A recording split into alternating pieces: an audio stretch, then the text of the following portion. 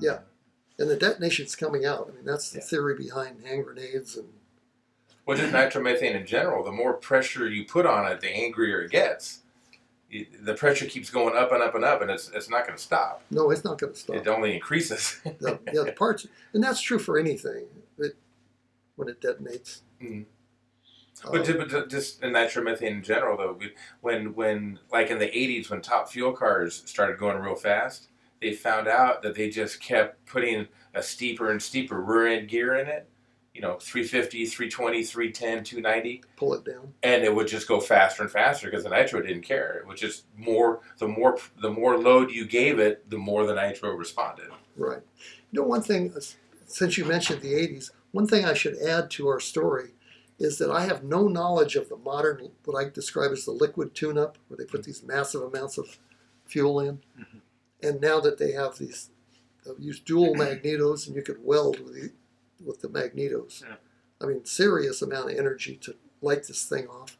We didn't have that. That was another limitation back in the day, was the magneto. If you put too much fuel in it, the thing would just stop. And timing wise, when the magneto would fire, I mean, what timing did you run in your car during that time? We started out with what everybody else had, which was like, say, 26 or 27 or something. Mm-hmm. Fixed timing. Yeah, just fixed. No advanced curves or anything, just fixed timing. Right. And a stock Chrysler, if you looked at the repair manual, it probably had 36 degrees, 35 degrees of lead, and that's what we ended up with. And that everybody figured out that as years went on. 35 was kind of the number. But this is when we're all using fuel as a fuel. We're not involved in this modern liquid tune-up thing, which was gradually happening as the magnetos got better. Right.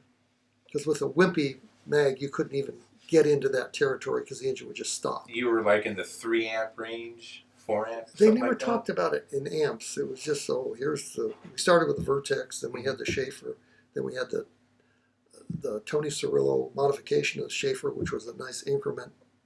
And then there was a Frankenstein Cirillo mag, which we never had the money to buy, but was another improvement that came sort of right towards the end of our era. And it just kept going. Yeah. As long as we're talking about mags, let's talk about your cutoff switch. What everybody was using and what you were using. Okay. By this time, everybody's using Tony Cirillo to modify their magnetos, and for magneto advice. Tony was a wonderful man. And but he had moved from Sun Valley out in the back of the San Fernando Valley. He had moved down to Irvine, maybe?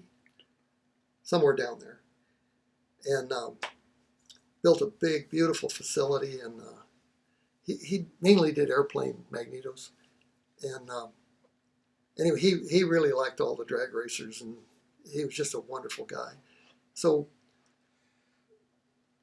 we would have to drive all the way down there instead of out to the back of the valley, which was a lot closer, to see him.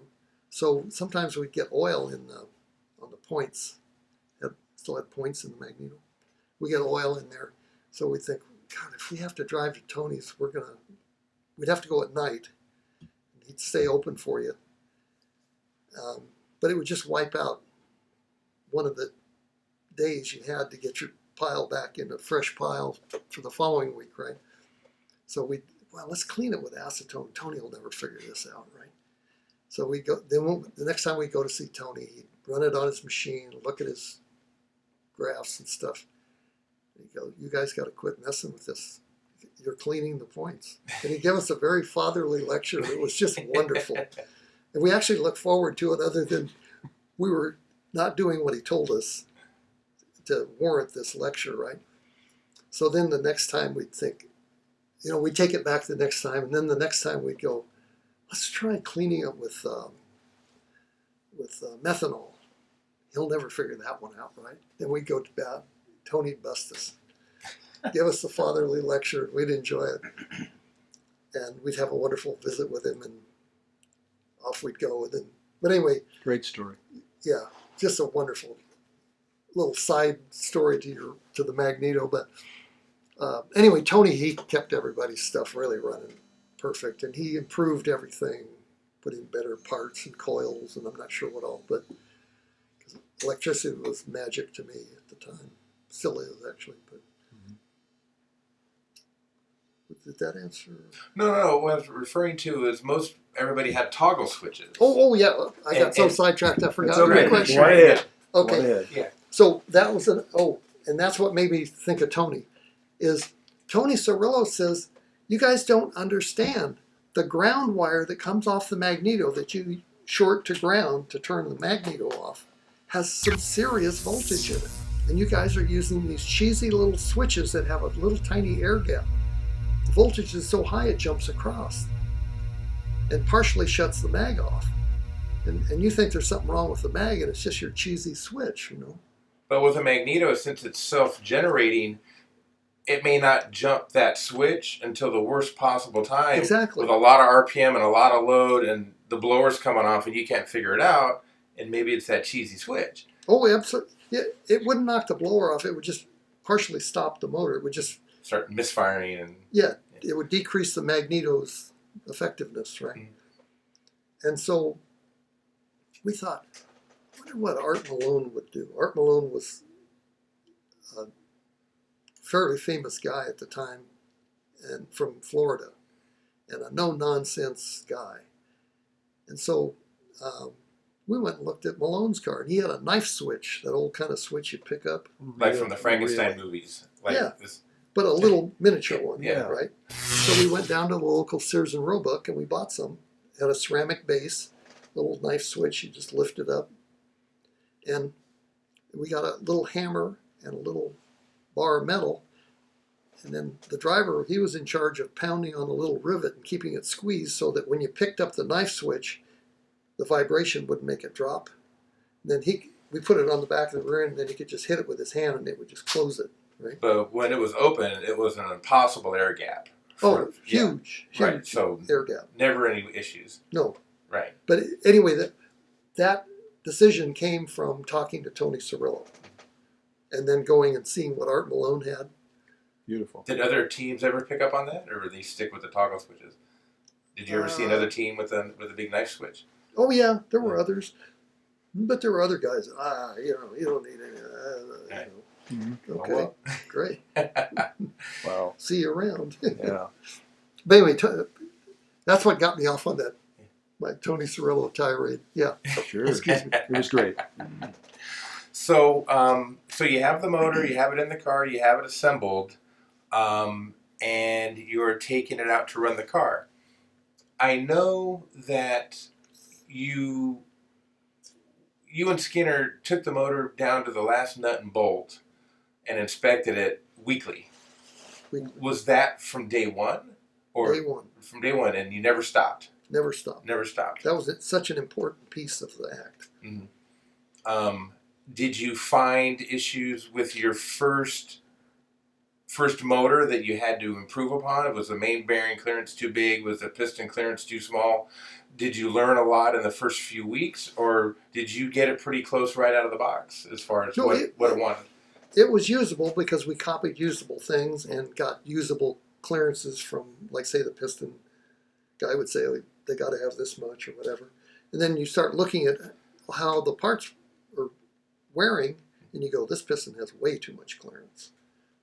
But then on the other hand, we're not running as good as the other people either. So until you have more heat, piston hasn't expanded as much. So it really, it's too early to come to a conclusion. Right. Plus, we didn't have any money to buy any parts to replace them with anyway. So we're studying these parts and we're going, you know what? These pistons have way too much clearance.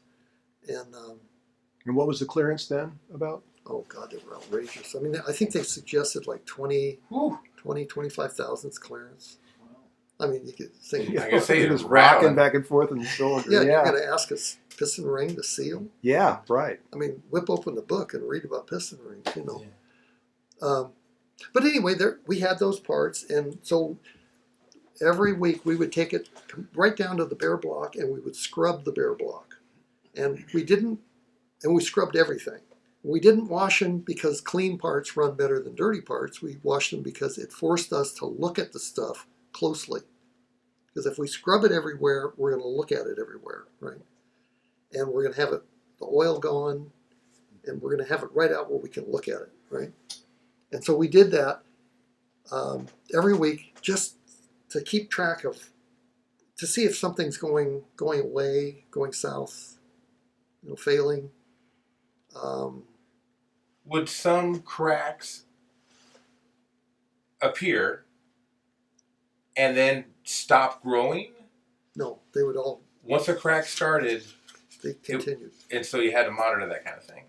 Yeah, and then from other people's experiences, it was well known that, like, say, with the main webs in the Chrysler block are getting wiggled, so the cracks would come up from where the main webs hit the pan rail on the sides.